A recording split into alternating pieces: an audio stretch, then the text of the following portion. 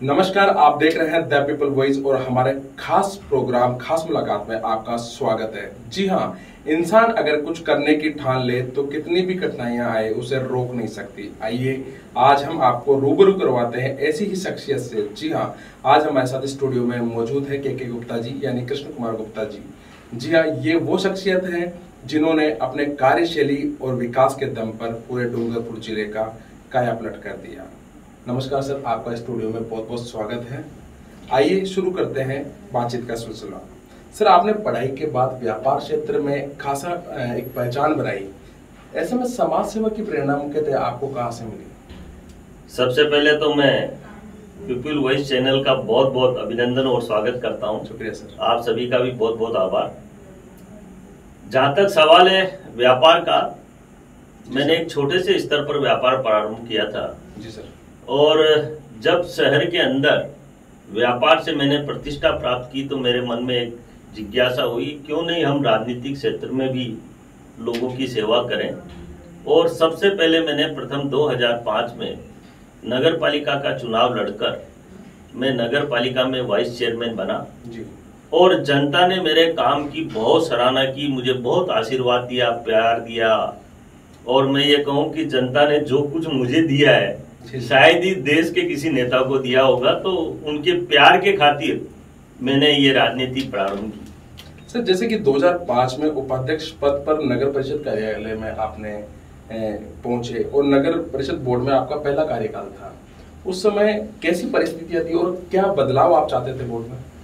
देखिए, अगर हम राजस्थान की सारी निकायों की बात करें जी, तो सारी निकायों में आज जो स्थिति बन रही है वो काफी गंभीर है।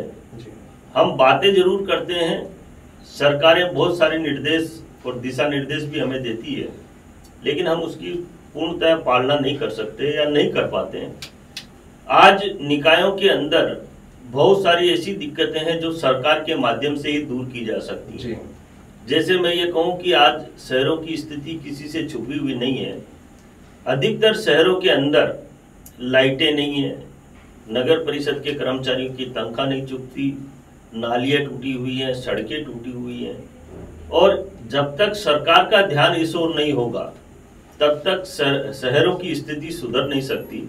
और मैं ये मानता हूं कि शहर के लोग अगर सभी संगठित होकर इस बात को सरकारों तक पहुंचाएं और सरकार से एक युद्ध स्तर पर मांग की जाए कि शहरों की दशाओं को सुधारा जाए, इससे जो निकायों के जनप्रतिनिधि हैं और सरकारी अधिकारी हैं, अगर दोनों मिलकर अगर काम करें तो कुछ भी असंभव नहीं है। शहरों की स्थिति सुधारी जा सकती है और शहर से बहुत कुछ सरकारों को मिलता भी है, लेकिन सरकार इसका पूरी तरह से ये कह सकता हूं कि जनता का भार नहीं उतार पाती।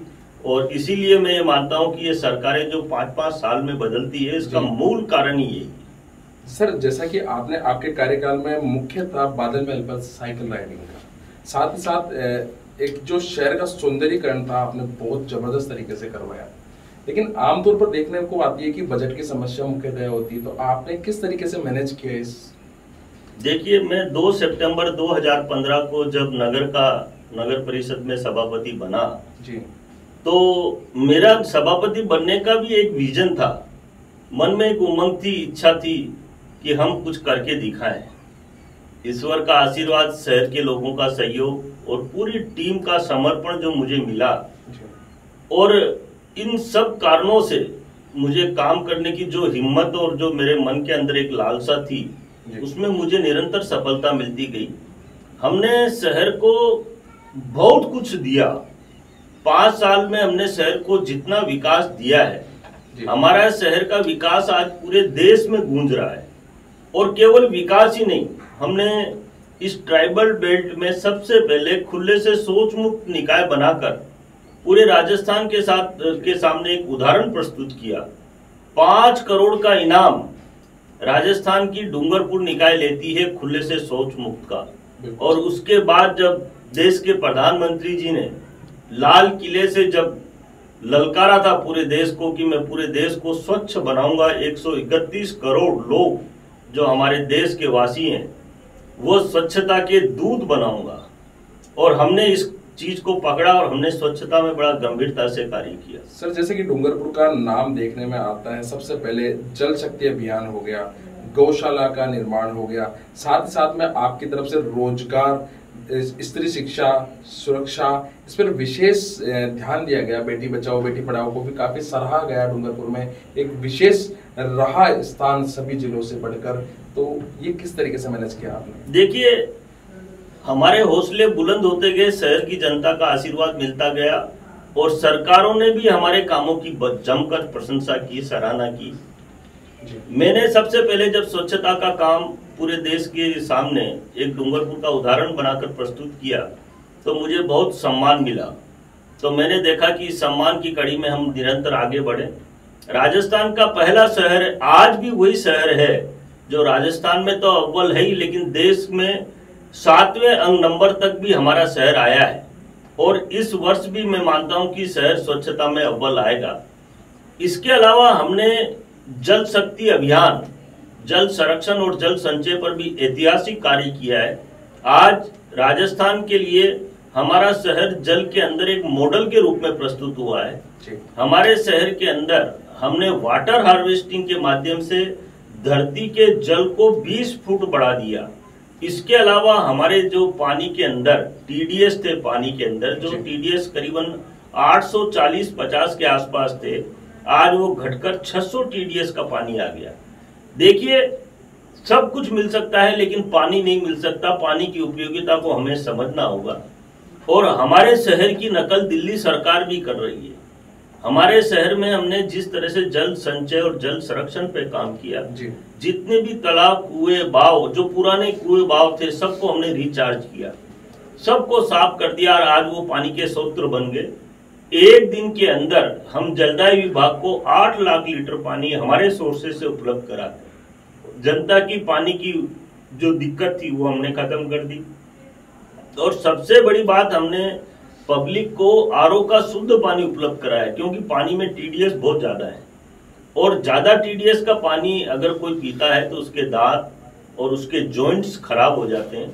इसको हमने महत्वपूर्ण समझा और आज हमारे शहर के अंदर सभी शुद्ध पानी सभी को उपलब्ध है। 365 दिन हमारी नगर परिषद पानी उपलब्ध कराती है। जल के जितने भी सोर्सेज थे हमने उनको सबको रिचार्ज किया, मतलब तालाबों को गहरा। और इसके अलावा सबसे बड़ा काम किया हमने कि जल संचय का। और मैं ये मानता हूं कि हमारे शहर ने जिस तरह से काम किया, अगर पूरे राजस्थान में इसी तरह से काम हो जाए तो आने वाले 50 सालों में भी पानी की दिक्कत नहीं हो सकती। सर, आपकी कार्यशैली के चलते आपको बहुत से सम्मान मिले। आपको नीदरलैंड सम्मान से भी नवाजा गया। सर, किस उपलब्धि पर आपको ये सम्मान? देखिए, मेरे शहर में हमने स्वच्छता, जल संरक्षण, पर्यावरण और शिक्षा और रोजगार के अंदर भी ऐतिहासिक कार्य किया। जहां तक सवाल है पर्यावरण का, मेरे शहर के अंदर हमने 25,000 पेड़ लगाए और 25 के 25,000 पेड़ आज जिंदा है और वो विशाल रूप धारण कर चुके हैं। हमने 12 फीट से नीचे कोई पेड़ नहीं लगाया। इसके अलावा हमने शिक्षा जगत में भी ऐतिहासिक कार्य किया। इस ट्राइबल बेल्ट की निकाय ने, जहां पर 700 बच्चे नियमित रूप से लाइब्रेरी में आते हैं और उनको जो सुविधाएं हमने उपलब्ध कराई, हमने कहा कि इस ट्राइबल बेल्ट का व्यक्ति जो हमारे शहर का ऊर्जावान युवा है वो आईएएस, आईपीएस, आरजेएस और आरएस बनना चाहिए। और उसी तर्ज पर हमने लाइब्रेरी का निर्माण किया। पहले हमने ऑर्डिनरी लाइब्रेरी बनाई, फिर हमने डिजिटल बनाई और अब हमारी वो ई लाइब्रेरी के रूप में काम कर रही है। बच्चों के भविष्य के लिए हमने देखते हुए जब भी कोई सरकारी नौकरी निकलती थी तो हमने कोचिंग क्लासें निःशुल्क बच्चों के लिए चलाई, क्योंकि मेरा एरिया गरीब परिवारों का एरिया था जी। इस तरह से हमने शिक्षा जगत में बच्चों को ऊर्जा देने के लिए, ताकत देने के लिए और एक समर्थन देने के लिए अनेकों प्रकार के अभियान चलाए, जिससे आज हमारा शहर का बच्चा आज आगे बढ़ रहा है। और जैसा कि आपका क्षेत्र ट्राइबल क्षेत्र है, आप बता रहे हैं, महिला जो साक्षरता एक मुख्य मुद्दा माना जाता है इस क्षेत्र में। कोई भी माँ बाप एक जो लड़की होती है उसको एक 10 साल या 10वीं पास या 12वीं पास नहीं करवा पाता उस क्षेत्र में। आपने किस प्रकार से उनको प्रोत्साहित किया आगे उच्च शिक्षा के लिए, ताकि वहां से भी जो महिलाएं हैं, बालिकाएं हैं, वो निकल के आए हो, देश का नाम रोशन करें? देखिए, प्रधानमंत्री जी ने एक संदेश दिया था, बेटी बचाओ बेटी पढ़ाओ जी, और पूरे देश में इसके ऊपर काम हुआ। हमने बेटी बचाओ और बेटी पढ़ाओ दोनों पर सब्जेक्ट पर बहुत अच्छा काम किया। इस शहर के अंदर करीबन 150-145 बच्चियां जो गरीब परिवार से संबंधित रखती थी, उन 150 बच्चियों को हमने गोद लिया और उनकी फीस, जूते, मोजे, चंपल और ड्रेसें, किताबें, बस्ते, एवरीथिंग उनको हमने निःशुल्क उपलब्ध कराई, जिससे वो 150 बच्चियां आज बहुत अच्छी पढ़ रही हैं और बहुत अच्छे परसेंटेज भी ला रही हैं। उनको भी हमने सम्मानित किया और ये कार्य हमारा निरंतर चला। इसके अलावा बेटी बचाओ पर भी हमने बहुत अच्छा काम किया।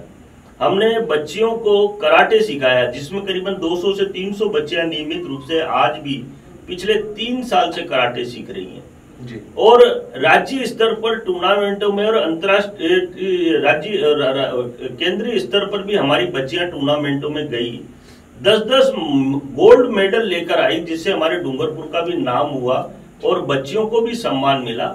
इस तरह से हमने बच्चियों के लिए एक अच्छे भविष्य का निर्माण किया। और जहां तक सवाल है महिलाओं का, महिला सशक्तिकरण के अंदर हमने हर महिला को, जो गरीब और बेरोजगार महिलाएं थी, उनको रोजगार देने के लिए हमने अनेकों प्रकार के कार्य किए, जिसके अंदर हमने जितने भी केंद्र थे जो कच्ची बस्तियों में स्थापित थे, उनके अंदर हमने केंद्र बनाया और उसमें हमने सिलाई मशीनें लगाई।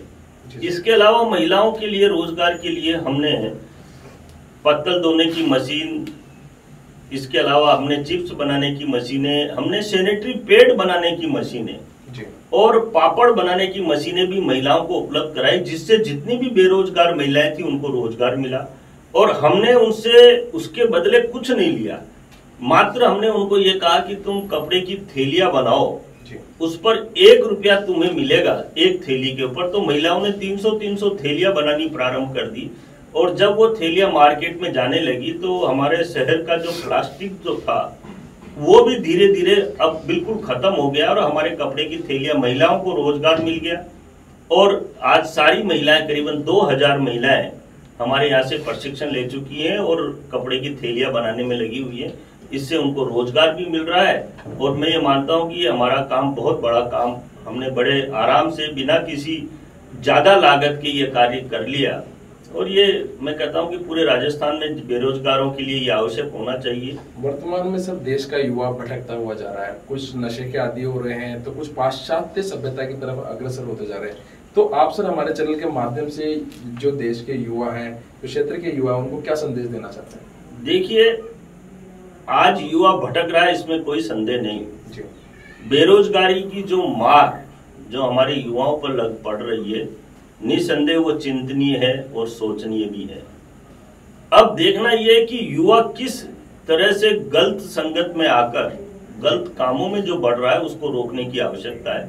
और ये सबसे बड़ी जिम्मेदारी है तो युवाओं के माता पिता की है।